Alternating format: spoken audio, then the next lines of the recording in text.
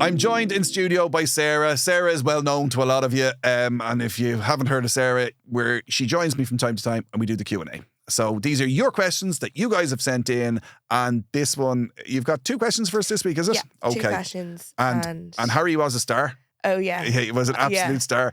But we spent a little bit more time with him. So we're going to we'll keep these ones succinct today, will and we? I think his time was well deserved and it's worth a listen. So we'll keep these as short as we can. That's fair. So what question have we got for the first one first? Yeah, let's go for it. Hi, Eoin. Just looking for your advice on starting a college fund. We've 3 kids. The eldest is 8. I was thinking about maybe child benefit, putting that away, but looking for any advice you have over the next 10 years on how to either save or invest for that college fund. Thanks. Bye. This is one of the most popular questions, most regular questions that we get in on a Saturday. But it's also probably one of the biggest mistakes I see new clients with. Okay. And what happens is you have to remind yourself of the simple, straightforward stuff.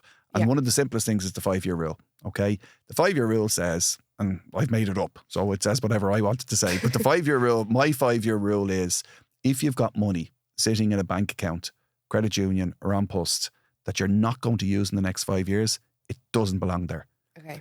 Bank account, credit union, on post, they're short-term vehicles. So you use them for the short term. The biggest mistake I see people making, new clients, then they come to us, is they use a short-term vehicle for a long-term goal. Yeah. So you have to use a long-term vehicle. So what is a long-term vehicle? If you don't have an advisor telling you what to do, the no-brainer 60-40 portfolio is the easiest way to go. And what that is you put 60% of your money where you buy thousands of bits of thousands of shares in thousands of companies, or tiny bits of thousands of companies. That's the word I'm trying to get out there, right? And 40% of your money goes into the bond market, where you give a loan of your money to companies and governments. Yeah. And let's just run the maths here, Sarah.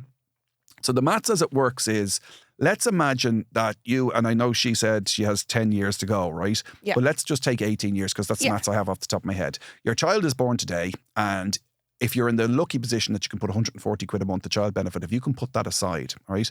If you get 1% on that in a bank account and it averages at 1%, let's ignore tax, okay?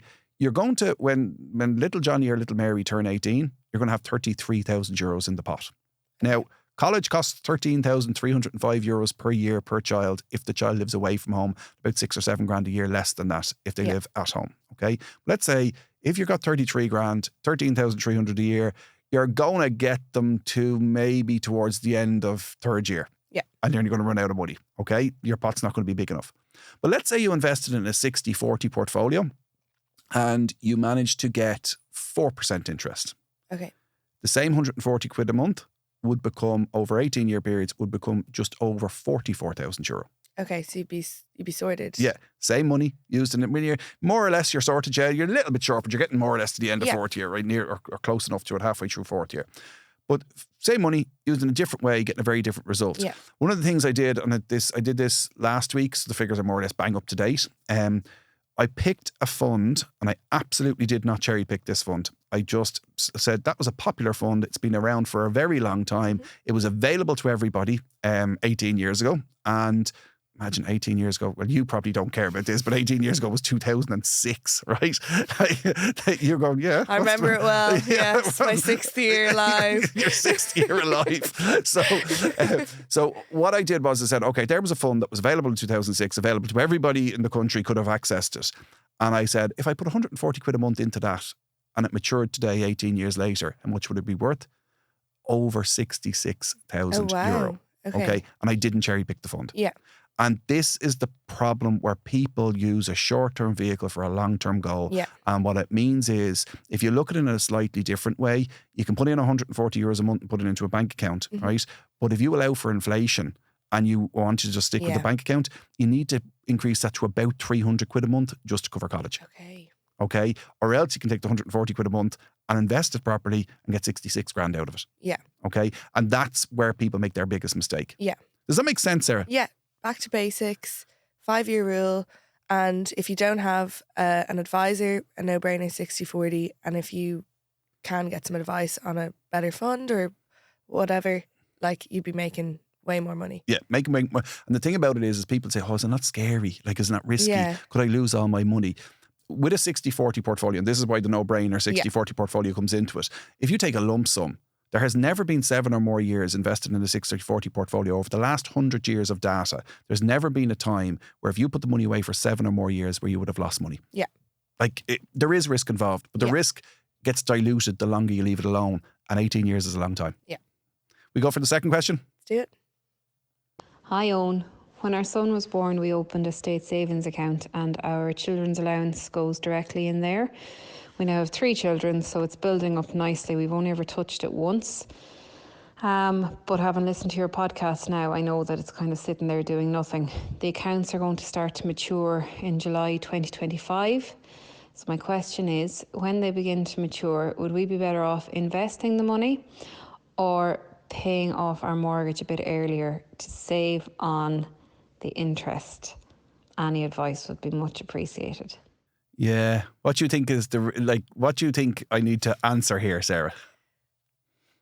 Is it better to shorten your mortgage or? Okay. Yeah, it's really, it's more or less that. So we've been saving all this money for the kids, but now we're going to take it and clear off our mortgage. But no, I know what I mean. Yeah. The thing about it is that I'm not a big fan of paying a little bit off your mortgage. Okay. Right? I think there's huge emotional benefit to clearing a mortgage in full. Yeah. But I'm not a massive fan of taking a little bit off extra, like paying an extra 50 quid. We get loads of questions of people being like, if they have, we had a guy with, he was made redundant and he was asking the same question, should he pay off his mortgage? And it is like, a psychological thing of like, for paying off your mortgage. There's huge emotional benefit to clearing off your mortgage. Yeah. And emotion often trumps finance. Yeah. Like, even if the maths doesn't make sense. Yeah. There's a couple of rules of thumb that I would use here. First of all, if you take your mortgage interest rate and double it. So say your mortgage interest rate is 3%, you double that to 6%. And if you can look at something, you can say, you know what, I think I get 6% somewhere else on that. Well, then it doesn't make sense, because if you get 6%, you pay the tax on it, you're going to be better off than the 3% you're paying on the mortgage. That's a simple rule of thumb, right? But my problem with paying a little bit off the mortgage or paying a little bit extra is, if you ever need that money back, it's gone. Yeah. Right? So you're taking the options off your side of the table and you're giving them over to the bank. Mm-hmm. And typically when people want that money, so you're paying an extra 100 quid a month off it. And typically when you want that money back, it's because something's gone wrong. Right? You've got sick, or you've lost your job, or something else has gone wrong. And that's exactly the time the bank wants nothing to do with you in terms of giving you a top up on your mortgage, because that's what it is.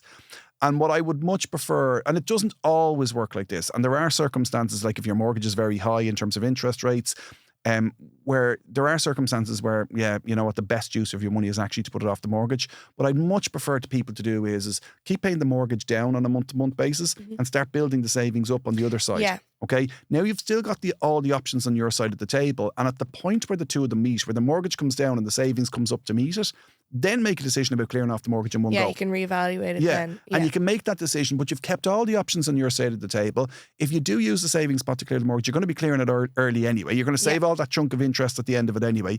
It's not perfect financially, but I just think financial planning is all about keeping your options open. Yeah. And that keeps you in control instead of passing the control over to the bank. So I think that person would best be getting some advice for their specific circumstance, but hopefully they're getting something from that in terms of try and keep control of it. It's your money. Let you should control it. It shouldn't control you, and you definitely don't want the bank controlling you financially. Yeah. Okay? Yeah.